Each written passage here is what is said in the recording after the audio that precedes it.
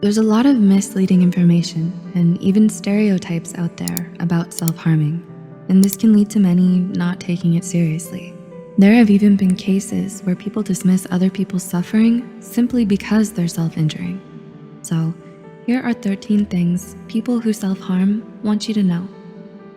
Before we begin, we'd like to warn that the following content may be triggering to some audiences.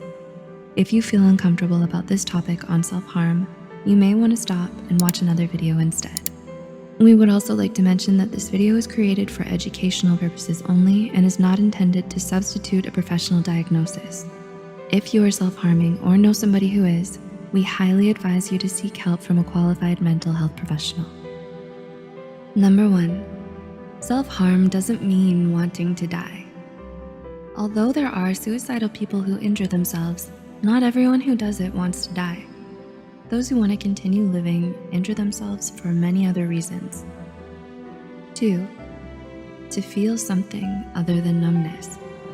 The problem with depression and other forms of mental disorders is the experience of numbness. Depending on how long this has been happening, people may become desperate to feel something. They may resort to self-harm to feel pain, even if it's on a physical level. 3, the scars on their body don't give you the permission to ask what happened. Just because you can see their scars doesn't mean they want to talk about it. For some people, scars are a visual reminder of the pain they went through. The last thing they want to do is talk about it, especially with strangers. 4, self-injury isn't always a call for attention.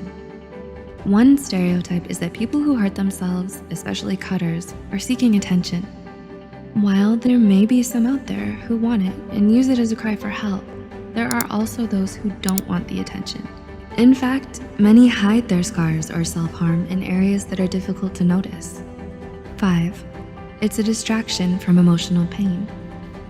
People who are in abusive situations, coping with trauma, or having difficulties managing their emotions may end up relying on self-injury to distract themselves from the anguish they feel. It can allow them to focus on something else temporarily. 6, it's a means of punishment. There are some who feel guilty, ashamed, or upset with themselves. They may believe that whatever is happening to them is their fault, and to cope with this, they harm themselves as a means of self-punishment. 7, self-injury helps solidify emotional pain. There are some people who may feel overwhelmed by their emotions, or even feel weird and confused about them. So they hurt themselves as a symbol of their pain. It's a way of confirming that what they're going through is real. 8, it's a reminder of the future. Some hurt themselves during specific moments in their lives. They may leave visible scars as a reminder of what they've gone through and have endured. And this helps them have a sense of security for what's yet to come. 9, self-harm doesn't always equal cutting. Although cutting is quite common and is what's mostly shown in movies and television shows, there are other forms of self-harm. Burning, picking at your skin, hair pulling, and head banging are some examples. 10, teenagers aren't the only ones who self-harm.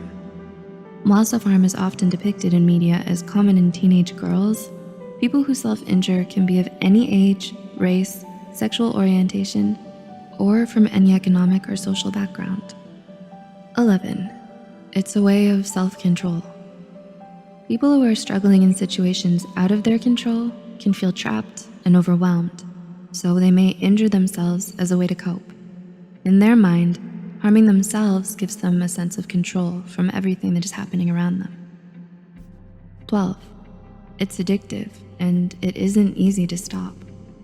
Those who have never injured themselves may believe self-harming is easy to quit, but people who have relied on self-injury for a long time can become addicted. The reason behind their self-harming can make it difficult to stop. In fact, those who are addicted can relapse during stressful situations. And 13, self-harming doesn't equal depression. Most of society believes people who self-injure are depressed, and although it can be common for those with clinical depression, you do not need to be depressed to hurt yourself. It can be a response to trauma or other mental disorders like obsessive-compulsive disorder and eating disorders.